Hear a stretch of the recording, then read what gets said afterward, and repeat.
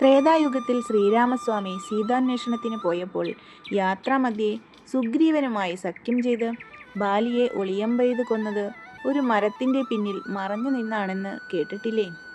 ഈ മരം കാണുമ്പോൾ എല്ലാവരും ബാലിയെ കൊന്ന മരം എന്ന് പറയാൻ തുടങ്ങി. അത് കൊന്നമരമായി മാറിയ കഥ അറിയാമോ?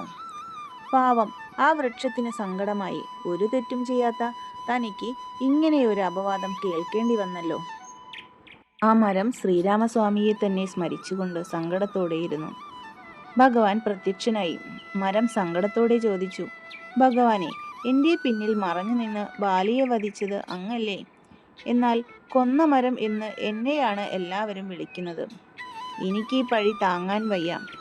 അങ്ങ് തന്നെ ഇതിന് പരിഹാരം കണ്ടെത്തണം. എന്നാൽ ശ്രീരാമസ്വാമി പറഞ്ഞു, പൂർവജന്മത്തിൽ നീ ഒരു മഹാത്മാവിനെ തെറ്റിദ്ധാരണ മൂലം ചെയ്യാത്ത കുറ്റം ആരോപിച്ചു.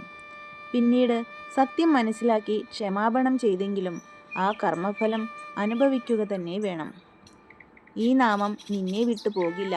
എന്നാൽ എന്നോടുകൂടി സംഘമുണ്ടായതുകൊണ്ട് നിനക്കും നിന്റെ വർഗത്തിൽപ്പെട്ടവർക്കും സൗഭാഗ്യം ലഭിക്കും.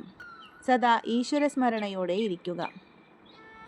ശ്രീരാമദേവന്റെ വാക്കുകൾ ശിരസാ വഹിച്ചുകൊണ്ട് കൊന്നമരം ഈശ്വരചിന്തയോടെ കഴിഞ്ഞു. കലികാലം ആരംഭിച്ചു.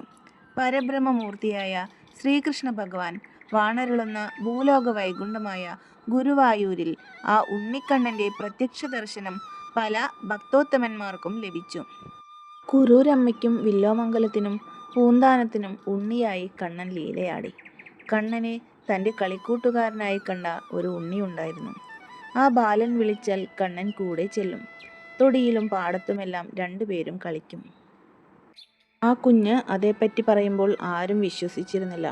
ഒരു ദിവസം അതിമനോഹരമായ ഒരു സ്വർണ്ണമാല ഒരു ഭക്തൻ ഭഗവാന് സമർപ്പിച്ചു.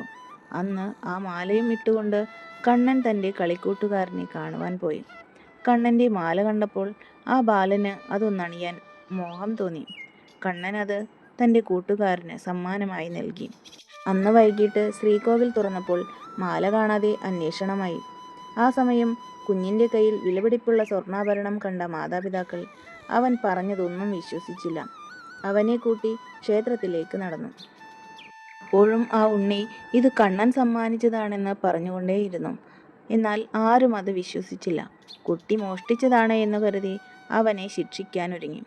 പേടിച്ചുപോയ കുഞ്ഞ് തൻ്റെ കഴുത്തിൽ നിന്നും സ്വർണ്ണമാല ഊരിയെടുത്ത്, കണ്ണാ, നീ എൻ്റെ ചങ്ങാതിയാണെങ്കിൽ എന്നെ ശിക്ഷിക്കരുതെന്നും നിന്റെ സമ്മാനമാണെന്നും ഇവരോട് പറയുമായിരുന്നു.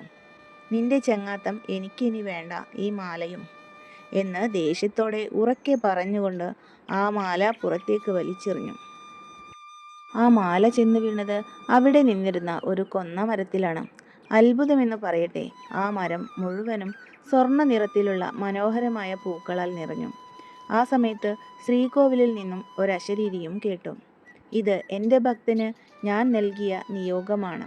ഈ പൂക്കളാൽ അലങ്കരിച്ച് എന്നെ കണി കാണുമ്പോൾ എല്ലാവിധ ഐശ്വര്യവും സമ്പൽ സമൃദ്ധിയും ഉണ്ടാകും. മാത്രമല്ല, ഈ പൂക്കൾ കണി കാണുന്നത് മൂലം ദുഷ്കീർത്തി കേൾക്കേണ്ടതായി വരില്ല. അന്നു മുതലാണത്രേ കൊന്ന പൂത്തു തുടങ്ങിയത്. അങ്ങനെ കണ്ണൻ്റെ അനുഗ്രഹത്താൽ കണിക്കൊന്ന എല്ലാ മനസ്സുകളിലും പവിത്രമായ സ്ഥാനം പിടിച്ചു. അപ്പോൾ ഇനി വിഷുക്കാലത്ത് കണിക്കൊന്നയില്ലാതെ ഒരു കണിയുമില്ല. കണിക്കൊന്നയ്ക്ക് ഭഗവാൻ എത്ര വലിയ സ്ഥാനമാണ് നൽകിയതെന്ന് മനസ്സിലായില്ലേ?